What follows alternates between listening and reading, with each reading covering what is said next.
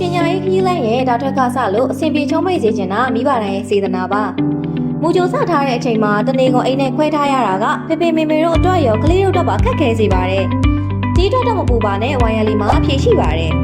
ဝိုင်ယာလီရဲ့ half day program မှာဆိုရင်မနက်9:00 နာရီကနေနေ့လယ်12:00 နာရီခွဲထိတက်ရမှာဖြစ်ပြီးတော့ literacy, math, science နဲ့ social skills တွေကိုသင်ကြားပေးသွားမှာပါ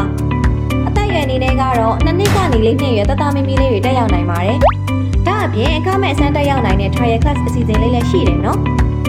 YLE ရဲ့ full day program မှာဆိုရင်တော့2နှစ်ကနေ6နှစ်အရွယ်ကလေးငယ်လေးတွေတက်ရောက်နိုင်ပါတယ်။သင်ရိုးညွှန်းတန်းအနေနဲ့ EYFS curriculum ကိုအသုံးပြုထားပြီး play based learning, collaborative learning စတဲ့ mini စနစ်တွေနဲ့သင်ကြားပေးလျက်ရှိပါတယ်။ language ပိုင်းမှာဆိုရင်တော့ English နဲ့မြန်မာနှစ်မျိုးစလုံးကိုကျွမ်းကျင်ပိုင်နိုင်တဲ့ bilingual တရားဖြစ်အောင်ပြုစုပြောင်းထောင်ပေးသွားမှာပါ။